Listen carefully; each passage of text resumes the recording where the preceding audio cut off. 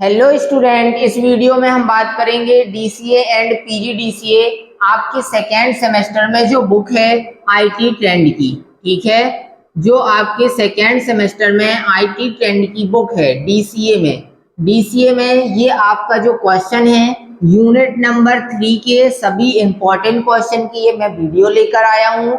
IT trend DCA unit number 3 है और जो आपकी पीजीडीसीए है इस पीजीडीसीए में ये यूनिट नंबर 1 के क्वेश्चन है। ठीक है, ऑल इंपॉर्टेंट क्वेश्चन है जो आपके पेपर पर आने के चांसेस हैं। ठीक, तो आईटी ट्रेंड में डीसीए में यूनिट 3 है और पीजीडीसीए में यूनिट नंबर 1 है। तो अब समझते हैं एक एक करके इन सभी क्वेश्चनों को। सबसे पहले आपका क्वेश्चन रहेगा ई गवर्नेंस तथा ई गवर्नमेंट में क्या अंतर होता है। तो सबसे पहले मैं यहाँ लिखता हूँ ई गवर्नमेंट। ई गवर्नमेंट का मतलब क्या होता है? Electronic government. ठीक है, अब गवर्नमेंट मतलब आप सभी को पता है कि सरकार होती है, तो इसका अर्थ या इसका मतलब यह होता है कि जितनी भी सरकारी सेवाएं होती हैं, क्या होती हैं? सरकारी सेवाएं, या फिर बोल सकते हैं जानकारी। उन सभी सरकारी सेवाएं या जानकारी को इंटरनेट यानी कंप्यूटर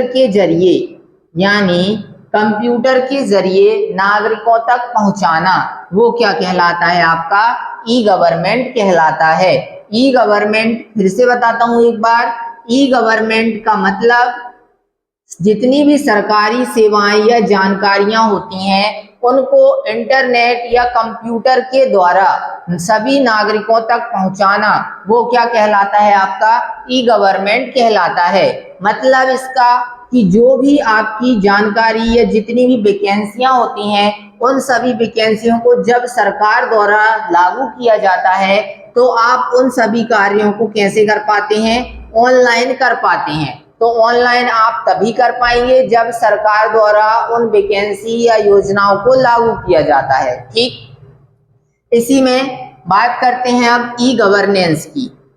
ये डेफिनेशन आपको मैंने बताई ई गवर्नमेंट की, अब है ई गवर्नेंस की।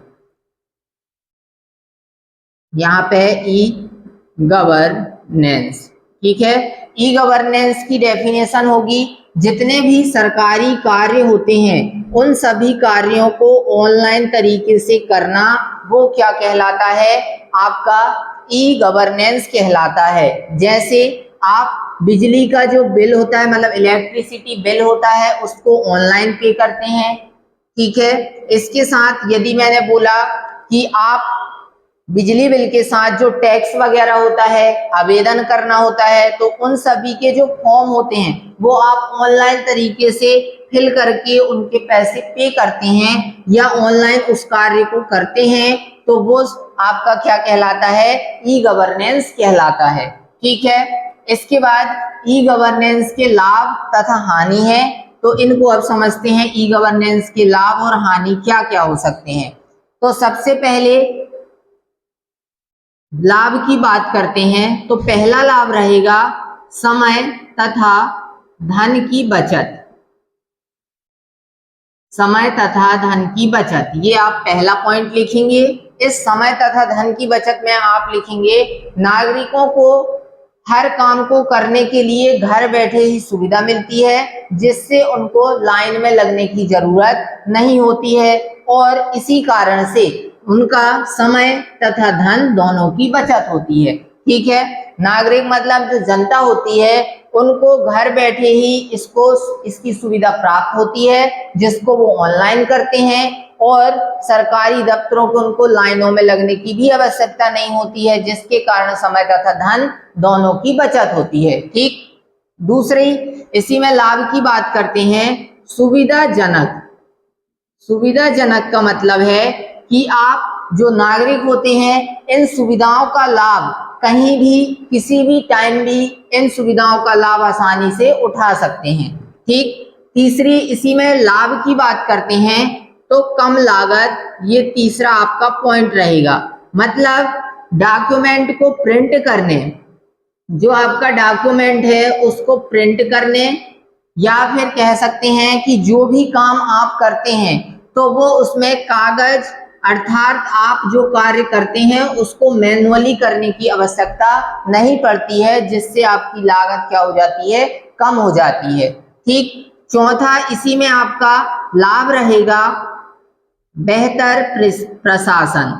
बेहतर प्रशासन, इसका मतलब है कि जो भी आप कार्यों को करते हैं तो उससे क्या होता है, जो आपने कार्य किया तो वो काम प्रशासन के पास आसानी से आपकी इंफॉर्मेशन क्या हो जाती है, आसानी से आपकी जो ऑनलाइन कार्य किया उसकी इंफॉर्मेशन आसानी से सरकार के पास शेयर हो जाती है या साझा हो जाती है। ठीक, ये इसके कुछ लाभ होते हैं। अब यहाँ पे बात करते हैं हानि की। तो इसमें जो आपकी पहली हानि रहेगी वो रहेगी तकनीकी समस्याएं। तकनीकी समस्याएं, ये पहला पॉइंट रहेगा। इसका मतलब तकनीकी समस्याओं का मतलब है कि सभी, जैसे आप क्या करते हैं, तकनीकी समस्याओं का मतलब ये रहेगा कि जो नागरिक होते हैं तो उनको इन सभी योजनाओं का लाभ आसानी से नहीं उठा पाते, क्योंकि तकनीकी समस्याएं होती हैं जैसे सर्वर डाउन हो जाना या फिर इंटरनेट का प्रॉपर तरीके से ना चलना। ये सब आपकी क्या कहलाती हैं, तकनीकी समस्याएं कहलाती हैं। इसी में दूसरी आएगी साइबर सुरक्षा। साइबर सुरक्षा, इसमें क्या होगा, जो भी डेटा आपका होता है, जो आप ऑनलाइन तरीके से फॉर्म फिल किए, तो आपकी जो पर्सनल जानकारी होती है उसको चोरी होने या हैकिंग होने के चांसेस बढ़ जाते हैं। ठीक है। फिर तीसरा इसी में आएगा डिजिटल डिवाइड। इसका मतलब है कि सभी लोगों के पास कंप्यूटर या इंटरनेट नहीं होता है, या फिर कह सकते हैं कि जो ग्रामीण लोग होते हैं वो कंप्यूटर, या उनके पास कंप्यूटर नहीं होता या उनके पास इंटरनेट नहीं होता है, तो जिस कारण से वो इन सभी सेवाओं का लाभ नहीं उठा पाते हैं। इसी में चौथा अंतर आएगा तकनीकी ज्ञान की कमी। ठीक है, तकनीकी ज्ञान की कमी। अब सभी लोग, जो ग्रामीण लोग होते हैं, वो कंप्यूटर तथा इंटरनेट के बारे में नहीं जानते हैं, जिसके कारण से वो इन योजनाओं का लाभ आसानी से नहीं उठा पाते हैं। ठीक, तो ये मैंने कुछ इसकी हानि बताई और कुछ इसके लाभ बताए। ठीक, अब अगले क्वेश्चन की बात करते हैं। जो आपका अगला क्वेश्चन है, पीपीपी मॉडल क्या होता है। सबसे पहले पीपीपी का पूरा नाम होता है पब्लिक प्राइवेट पार्टनरशिप। ये किसका पूरा नाम होता है, पीपीपी का, मतलब सार्वजनिक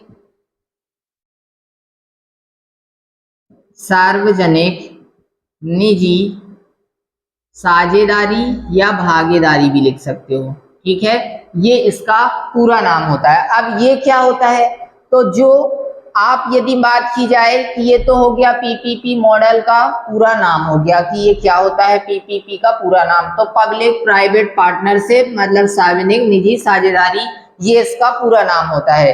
अब इसका क्या उपयोग होता है, तो यदि बात की जाए इसके उपयोग की, तो जो सरकारी होते, मतलब कि जैसे कोई कंपनी, या फिर मैंने बोला कि जो योजना निकलती है, तो किसी भी योजना का प्रॉपर तरीके से सरकार क्या नहीं कर पाती है, उस काम को अंजाम नहीं दे पाती है, तो जो बड़ी बड़ी क्या होती हैं, कंपनी होती हैं, बड़ी बड़ी कंपनी होती हैं, उन बड़ी कंपनियों से सरकार क्या कर लेती है, साझेदारी कर लेती है। बड़ी कंपनियों से सरकार साझेदारी करती है, जिससे वो उस काम को आसानी से अंजाम दे पाते हैं। इसी कारण से पीपीपी मॉडल की आवश्यकता पड़ी। फिर से एक बार बताता हूं, जैसे मैंने बोला कि बहुत सरकार के पास क्या है, सरकार को एक अस्पताल या बोला जाए कि हॉस्पिटल बनाना है, लेकिन सरकार के पास इतना धन या इतना पैसे नहीं है कि वो उस कार्य को अंजाम दे पाए, तो इसके लिए क्या करती हैं, सरकार जो होती है वो प्राइवेट कंपनियों से, सरकार क्या करती है, प्राइवेट कंपनियों से साझेदारी, पार्टनरशिप कर लेती है, जिसके कारण वो जो जिन कंपनियों से साझेदारी करती है तो वो उन काम को आसानी से और जल्द से जल्द अंजाम दे पाते हैं। इसी कारण से ये सरकार क्या करती है, पीपीपी मॉडल को अपनाती है। ठीक, अगले क्वेश्चन की बात करते हैं, डॉस अटैक क्या है। सबसे पहले डॉस का पूरा नाम क्या होता है ये समझते हैं। डॉस का जो पूरा नाम है वो होता है डिनायल ऑफ सर्विस, ये होता है इसका पूरा नाम। मतलब हिंदी में बोला जाए तो सेवा देने से इनकार, मतलब मना करना, सेवा देने से मना करना या तो इनकार करना, ये होता है इसका पूरा नाम। ठीक है, डॉस अटैक का। अब डॉस अटैक कब आता है, तो डॉस अटैक जब कंप्यूटर यूजर, या बोला जाए कि बहुत सारे जो कंप्यूटर यूजर होते हैं वो एक सेकेंड में क्या करते हैं, एक सेकेंड में एक ही वेबसाइट में 1000 से अधिक यूजर जब एक ही वेबसाइट में एक समय में विजिट करते हैं तो उस टाइम पे आपका जो कंप्यूटर होता है वो क्या आ जाता है, मतलब उस वेबसाइट में जब आप एक सेकेंड में एक ही वेबसाइट में 1000 से अत्यधिक यूजर क्या करते हैं, विजिट करते हैं, तो उस टाइम पे डॉस अटैक आ जाता है। मतलब आप बोलते हैं कि सर्वर डाउन हो गया है। तो सर्वर डाउन क्यों होता है, क्योंकि उसी टाइम पे एक ही सेकेंड में एक ही वेबसाइट में 1000 से अधिक यूजर हो जाते हैं, इसी कारण से सर्वर क्या होता है, डाउन होता है। जैसे मैंने बोला 10th या तो 12th का रिजल्ट आता है तो सभी लोग क्या करते हैं, एक ही वेबसाइट में देखते हैं। तो जब एक ही वेबसाइट में 1000 से ज्यादा यूजर हो गए तो फिर जो आप चेक कर रहे थे वो पूरी तरह से क्या हो जाती है, वेबसाइट बंद हो जाती है, क्योंकि जो यूजर की संख्या है वो 1000 से अधिक हो जाती है। इसी कारण से सर्वर क्या हो जाता है, डाउन हो जाता है, अर्थात सर्वर हैंग हो जाता है और आपको वो सेवाएं देने से क्या करने लगता है, मना या इनकार करने लगता है। ठीक है, तो ये होता है डॉस अटैक। ठीक, मैंने आपको unit number 1 PGDCA information technology के यूनिट नंबर 1 के सभी इंपॉर्टेंट क्वेश्चन बताए और वहीं डीसीए यूनिट नंबर 3 के ये सारे इंपॉर्टेंट क्वेश्चन हैं जो मैंने आपको समझाए हैं। तो मैं इस वीडियो को यहीं फिनिश करता हूं। वीडियो आपको पसंद आए तो वीडियो को लाइक करें और चैनल को सब्सक्राइब करें। धन्यवाद।